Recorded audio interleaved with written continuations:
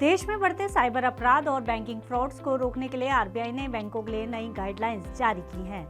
RBI के इस कदम से डिजिटल लेन देन सुरक्षित होगा, साथ ही बैंकिंग फ्रॉड्स पर भी लगाम लगेगी। दरअसल आरबीआई ने बैंकों को अपने ग्राहकों को एसएमएस और कॉल करने के लिए एक नई मोबाइल नंबर सीरीज का इस्तेमाल करने का आदेश दिया है।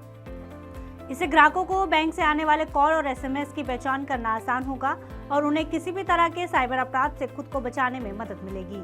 आरबीआई का मानना है कि इससे ग्राहकों के साथ होने वाली धोखाधड़ी को रोकने में बड़ी कामयाबी मिलेगी। आरबीआई ने ये कदम डिजिटल लेन देन को सुरक्षित बनाने के उद्देश्य से उठाया है, इसलिए आरबीआई ने बैंकों को खास नंबर सीरीज से बैंकिंग कॉल और मैसेज भेजने की सलाह दी है। इसका उद्देश्य यूजर्स को आसानी से फ्रॉड कॉल और मैसेज की पहचान करना है। इसलिए आरबीआई ने बैंकों को उनकी तरफ से ग्राहकों से लेन देन के लिए केवल 1600 फोन नंबर सीरीज का इस्तेमाल करने को कहा है, जिससे देश में बढ़ते साइबर अपराधों पर रोक लगाई जा सके। देश में साइबर अपराध काफी तेजी से बढ़ रहे हैं, ऐसे में लोगों के साथ साथ बैंकों को भी करोड़ों का घाटा हो रहा है और लोगों का विश्वास बैंकों से उठ रहा है। 1600 नंबर सीरीज के साथ ही आरबीआई ने बैंक द्वारा home loan, personal loan, car loan, credit card, insurance, term deposit जैसी सेवाओं के लिए प्रमोशन कॉल के लिए 140 नंबर से शुरू सीरीज को प्रपोज किया है। यानी बैंकों से ग्राहकों को भेजे जाने वाले प्रमोशनल मैसेज या कॉल्स के लिए बैंक और अन्य वित्तीय संस्थाओं को केवल 140 नंबर सीरीज का इस्तेमाल करने को कहा गया है।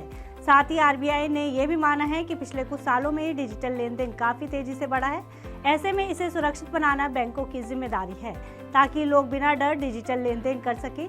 ऐसे में आरबीआई ने सर्कुलर जारी करके बैंकों को कुछ प्रस्ताव दिए हैं। आरबीआई का कहना है कि ऑनलाइन पेमेंट के लिए ओटीपी, पेमेंट के लेन देन अलर्ट और अकाउंट अपडेट मोबाइल नंबर पर ही आते हैं, जो किसी के साथ भी फ्रॉड की वजह बन सकते हैं। ऐसे में अगर बैंकों की तरफ से एक सुनिश्चित नंबर से ही कॉल या मैसेज आएंगे तो ग्राहकों की पेमेंट सुरक्षित रहेगी। आरबीआई ने नई गाइडलाइन 31 मार्च 2025 से पहले लागू करने का आदेश दिया है।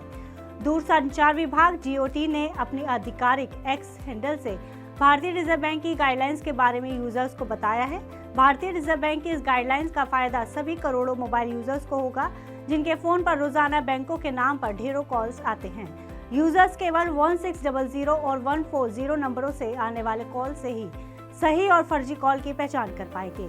आपको बता दें कि आरबीआई की सालाना रिपोर्ट के अनुसार वित्त वर्ष 2020 में करीब 8703 बैंकिंग फ्रॉड को अंजाम दिया गया था, जो कि वित्तीय वर्ष 2021 में घटकर 7338 हो गए थे।